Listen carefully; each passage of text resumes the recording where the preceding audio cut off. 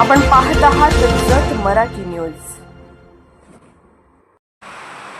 वृद्धेच्या विश्वासाला तडा, 2.70 लाखांचे दागिने लंपास करणारी महिला जेरबंद।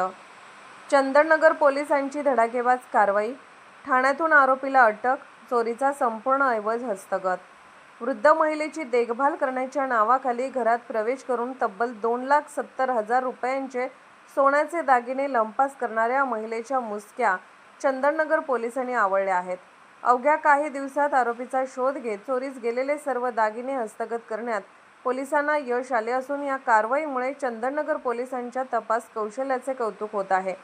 प्राप्त माहितीनुसार पुण्यातील वडगाव शेरी परिसरातील एका वृद्ध महिलेच्या देखभालीसाठी कामावर ठेवण्यात आलेल्या स्वाती विजय मोरे वय 37 मूळ सातारा सध्या ठाणे हिने संधी साधून घरातील सुमारे 4 तोळे सोन्याच्या पाटल्या, 5 ग्रॅम वजनाची सोन्याची कर्णफुले असा एकूण 2,70,000 रुपयांचा ऐवज चोरून पलायन केले।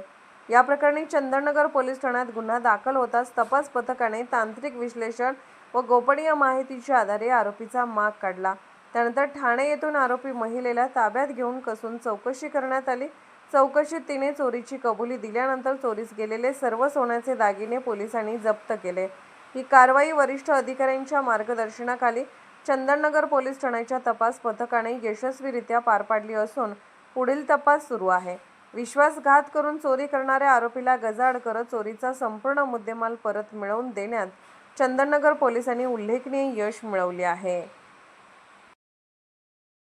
जत मराठी न्यूज चॅनलला लाईक करा, शेअर करा आणि सबस्क्राईब करा।